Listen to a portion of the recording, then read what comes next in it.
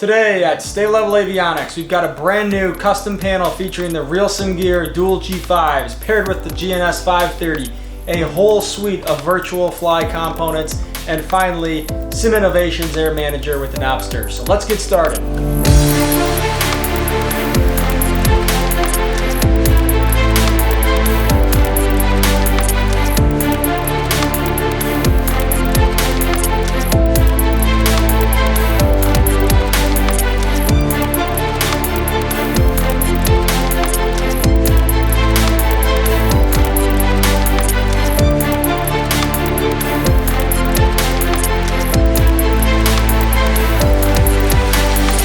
Alright, so welcome back to another video here from State Level Avionics. Just as a quick reminder, my GoPro is going off. We've got some new GoPros for the content. Okay, so we're going to get some new angles, some new videos.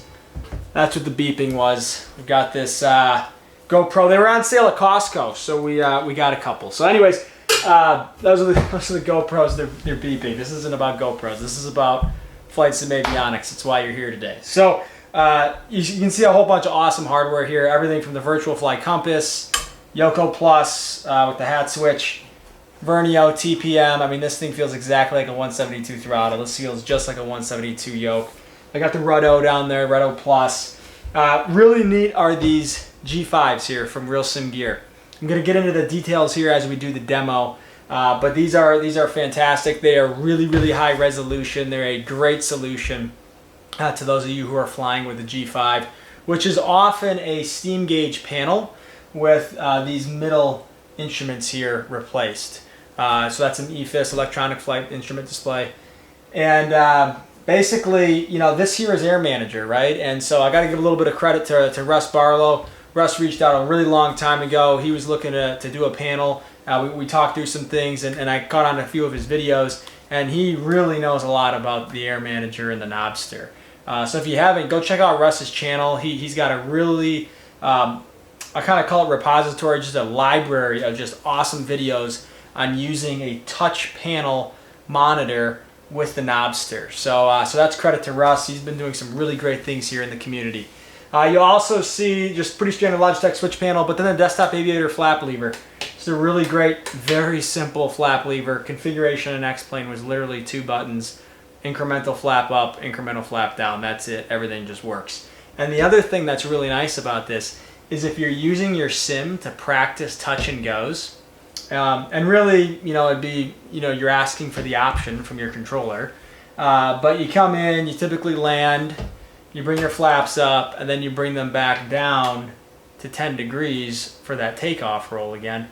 This does that. So when you're in the plane, your obvious flaps full, you land, you slow down to an acceptable speed, and then you go all the way up, and then you go back down flaps 10, and it goes all the way up and then back down, and it'll leave you at 10. So instead of each of these incrementally going up, which it doesn't forget about the fact that you've gone all the way up. So it's all about these little details, and that's what all this stuff does. So you know, we're going to just get into a flight, just get right into a demo, you know. State Level Avionics, we make the panel, okay? You probably heard my spiel before. Leather glare shield, powder coated, cold rolled steel. We custom make your panel for whatever avionics you have. We've got some stock panels out there. G1000 systems are very popular. So, you know, take a look at our website. I won't give you the whole spiel here, but, you know, we want to get to some shorter videos here in 2020. And we're going to get right into the demo. So let's get started. So we got a few different camera views going here. We're on 2.7, so we're west. The compass also goes to the west, which is just really neat. You see here all these flap increments go down on AirManager. The sim is paused right now. So just really neat things just with how all this works. So we see RealSimGear, torque gear, AFM. Here we go. Beautiful. So I just had to do a quick little reload. But now you're seeing everything. And now I'm actually able to go through all of these different areas of these bugs, and I can do all these things. So if I want to change my altimeter to like 3020, you know, I can do that. We'll leave it at 299 or 2 for now because we're just set up in the sim. But you know, if I want to change my altitude bug, so I want to go up to 1700, I'm at 1700, that's going to be TPA, traffic pattern altitude, for this field. If I want to change my heading bug right here, I can do that. So one thing we might want to do for that, since we're going to be taking off 27, is we can go 18, 0, kind of square off if we wanted to do that. And then you can go back to the PFD, right? So it's really neat to see all this. You'll actually see, you know, the ball moving here, the ball moving here, all these things, everything's working together. The 530, for example, this is all working together here. Zoom out, zoom in. I can change all my frequencies if I want to do that, right? So if I want to go pick up the ATIS here, it is that's 121.5. What is ATIS? Here, this is terrible. I'm forgetting about this. We're gonna get off ForeFlight here. Oh my gosh, this is terrible. I'm forgetting this. It is okay. ARR. And I'm gonna go here. 125.85. It's been a while since I've flown, guys. I haven't flown with COVID. I haven't had a reason to go fly, so I haven't been flying. Aurora Muni information. Look at that! Boom. 1800 Zulu weather. He's still got it. Visibility more than Okay. 10. All right. Obviously the skies are clear. So so you go flaps 10. You can see 10 there. This I was mentioning earlier. You know, the whole Russ Barlow thing. I mean, basically you could like touch this here and spin it with the Knobster. And what I did over here, going to 12585, where you can see it there, 12585 on standby, 1217, 1217. You can do all that with the Knobster as well. So I haven't gotten into, you know, the full-blown Knobster thing. Check out Russ's channel. He does a great job summarizing the Knobster, how everything works with it. But I just want to demonstrate all these things working together here. So we'll go ahead and we will release our parking brake because that's still on. We don't want that to be on. Okay, here we go. And we'll give it a little right rudder because that's what the doctor prescribed, was a little bit more right rudder. And we're looking for 74 knots, so this all comes alive right here. Really, really nice on the G5. It's also alive over here. So we're looking for 74 knots. Excuse me, 55 knots rotate, 74 climb out.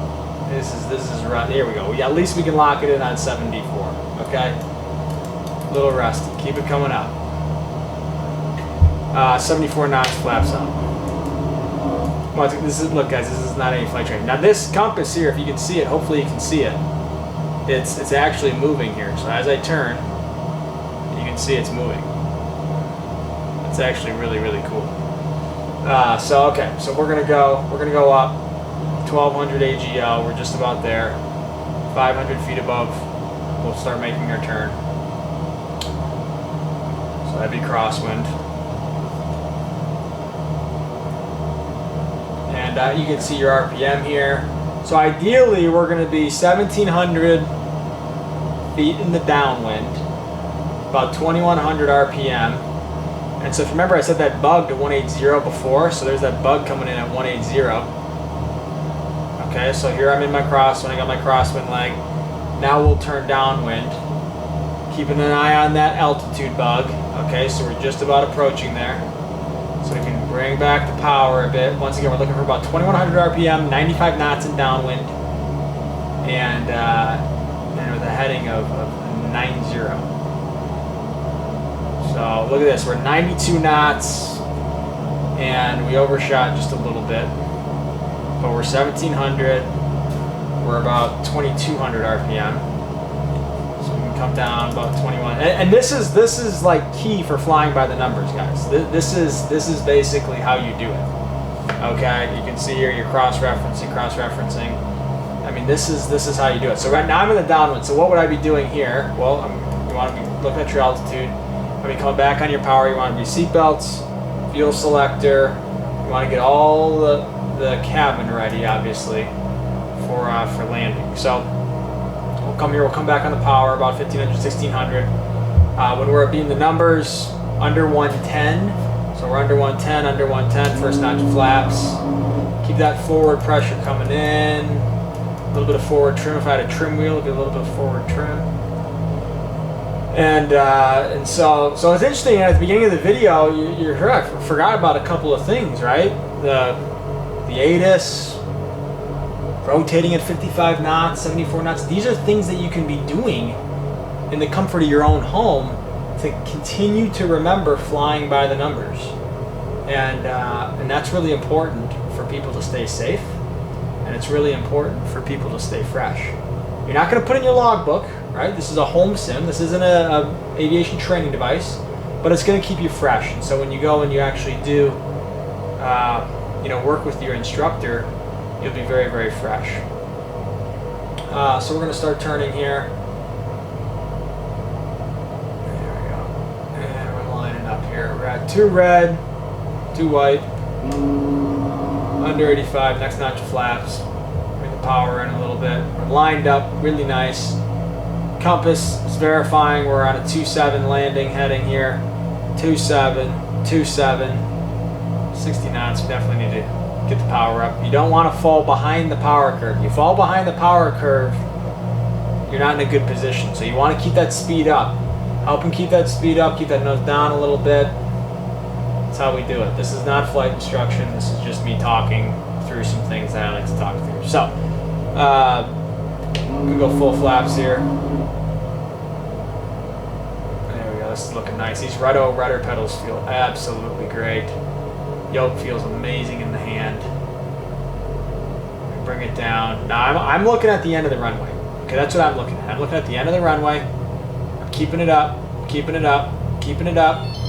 Getting that stall horn, and I just send it down really nice. And so this is where I was talking a little bit about flaps all the way up and then down 1 increment. Boom, my trim's good, fuel selector. Now I'm already at 10, right? So it's really, really nice. Okay, so one thing we had for customer feedback was on the Aspen Avionics. So I just changed an AirManager here, the Aspen Avionics. And what you could do with the Knobster here is, and I'll just once again, I'll actually show you how I did this in AirManager. But I actually just show the panel, shows blank background. Here's the Cessna panel that we saw before. And then if you go into the Aspen, here's the Aspen. So what that means now is, since this is a touch screen and reference, some of Russ's work here on how to, get everything to configure. But in AirManager, you configure in the menu options you enable the Knobster, and it'll show up the Knobster connected to your computer. And what you could do is you could push menu, you could actually go in and you could actually spin the altimeter, to get to, a different pressure. You could change your heading bug to bug something different other than 180. All these different things that you can do just in the G5s, you'd be able to do here as well. Now ultimately, RealSimGear has knocked these G5s out of the park. These are an absolute great product, really high resolution.